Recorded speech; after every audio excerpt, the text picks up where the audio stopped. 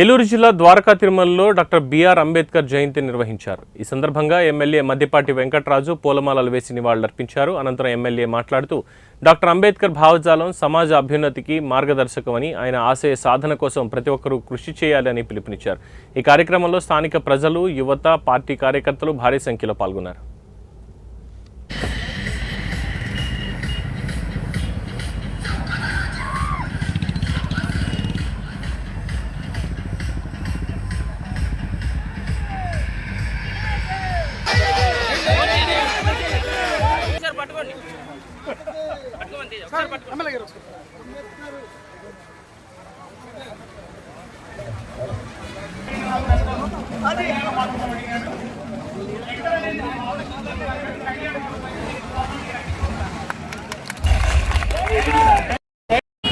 దళితుల్లో వచ్చిన ఒక మార్పు భవిష్యత్తులో మన జీవితాలు మారే విధంగా ఏదైతే డాక్టర్ బాబాసాహెబ్ అంబేద్కర్ గారు కలలు కన్నారు, ఈయన ఊరికి చివరికి వెలివేయబడి అణగదొక్కబడి అణిచివేయబడ్డ ఈ జాతి మిగతా సామాజిక వర్గాలతో సమానంగా ఎదగాలి, అభివృద్ధి చెందాలి, ఈ దళిత బిడ్డలు ఉజ్వల భవిష్యత్తుతో వెలగాలి అని ఆయన ఆశించారు. కానీ స్వతంత్రం వచ్చే 73-79 సంవత్సరాలు గడుస్తున్నా ఇంకా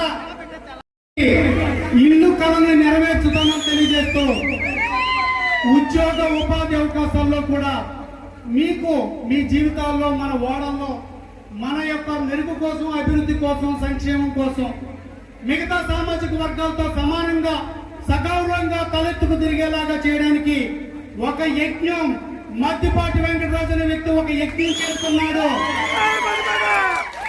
ఈ యజ్ఞంలో మీరు కూడా కలిసి నాతో కలిసి అడుగులయ్యండి, మనందరం కలిసి ప్రయాణిద్దాం.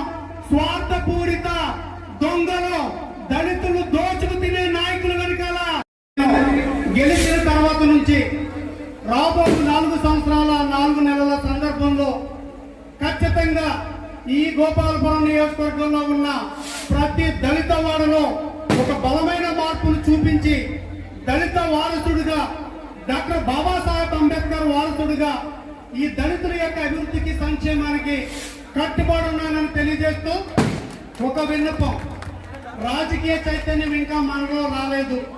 ఇంకా ప్రలోభాలకు లేదంటే కొంతమంది స్వార్థపూరిత నాయకుల యొక్క కబంధ హస్తాల్లో చిక్కుకున్న మనం బయటకు వద్దాం. ఒక ఉజ్వల భవిష్యత్తు కోసం కలిసి పనిచేద్దాం. నేను డాక్టర్ బాబాసాహెబ్ అంబేద్కర్ గారి యొక్క విగ్రహం